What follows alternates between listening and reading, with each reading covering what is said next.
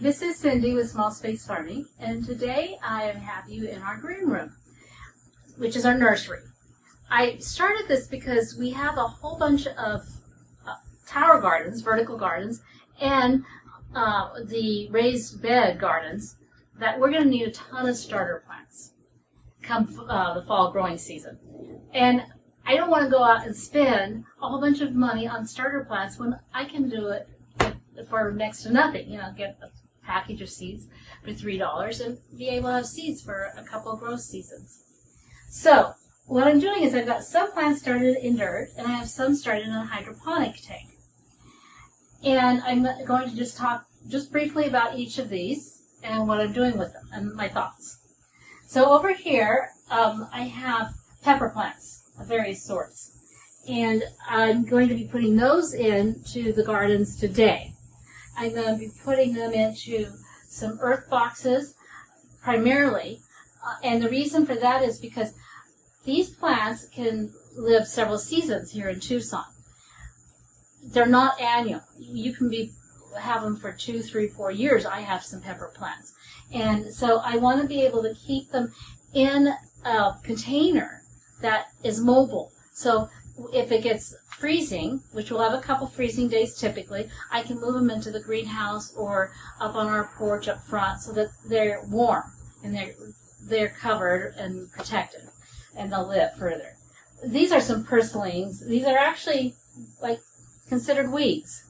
They grow like a weed, but they have a bunch of nutrients. So I'll be putting those in another area where they can grow like weed-like.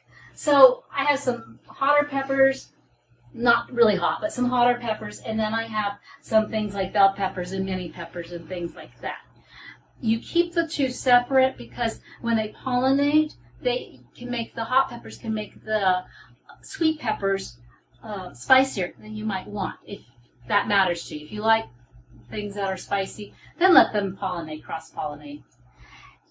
Now, these will go out today or tomorrow. I'll get them in the different areas. The bell peppers actually will go into the greenhouse where I have a raised earth box ready for them to go. That's covered, so it's protected. The hotter peppers will go into, as I mentioned, the earth boxes. So if I need to, I can pull them in to different protected areas to keep them living and safe. Over here I have the hydroponic tank, which I'm using to start more plants that will go both into the hydroponic tower garden and also any of the dirt ones, the dirt verticals, the dirt raised garden beds. And because the medium that I'm using, the peat moss, will work in any of it. I talked about the mediums to be used in hydroponic tanks in another video. I'm not using rock wool because I think it's terrible to use. It's really bad for our environment. It can be possibly bad for our health. This is made out of peat moss, and it worked really well when I used it last time. I'm not wanting to use it all the time though, because peat moss is made from peat bogs. Peat bogs are valuable because they keep the CO2 level down low, and so it helps our environment. And we don't have very many of them around the world. These mostly come out of Canada. Just as a reminder from my other video, in England, which is has another big peat bog, they're actually making it illegal to use them.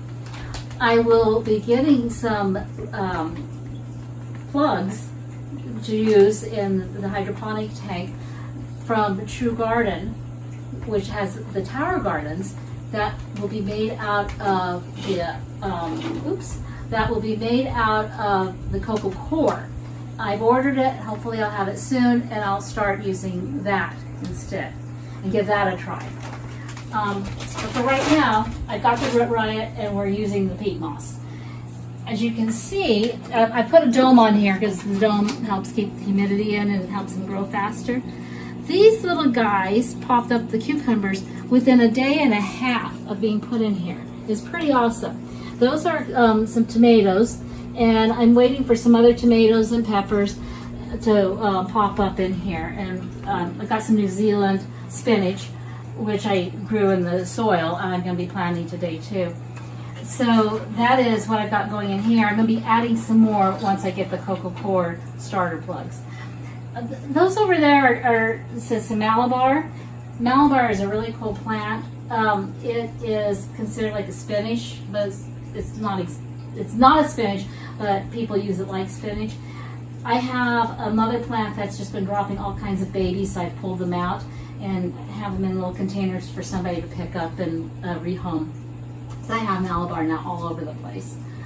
So that is the summary of what I've got growing in here right now in the green room, and hopefully I will be able to get a whole bunch more plants started, because I'm going to need probably a good 100 starter plants for the fall. So yay, exciting that I get to watch all these babies popping up and seeing them get started and growing, and watching them every day get bigger and bigger underneath the, and oh, by the way, these are grow lights. They're T5 is what I've got here, and you can get them on Amazon or hydroponics stores.